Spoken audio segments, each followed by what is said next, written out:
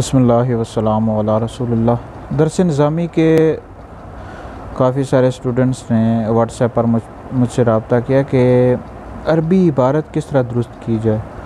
तो हम भी चूँकि बड़े दर्जात को पढ़ाते हैं, हिदाया पढ़ाते हैं, उसामी और दीगर कुतुब, तो इस हवाले से मैंने जो तलबा में दरस निज़ामी के स्टूडेंट्स होते हैं, तलबा होते हैं, उनके अंदर काफ़ी ये गलती नोट की है कि वो जब इबारत पढ़ते हैं तो उसका जो तर्जुमा होता है और इबारत होती है उस पर गौर व फ़िक्र नहीं करते।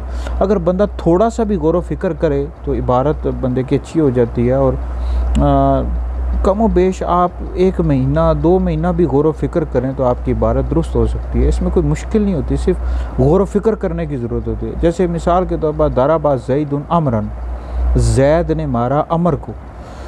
अब यहाँ पर सबसे पहले तो आपने गौर व फ़िक्र करना है दरबा पर कि दरबा माजी का सीगा है, मुज़ारे का सीगा है, ये कौन सा सीगा है।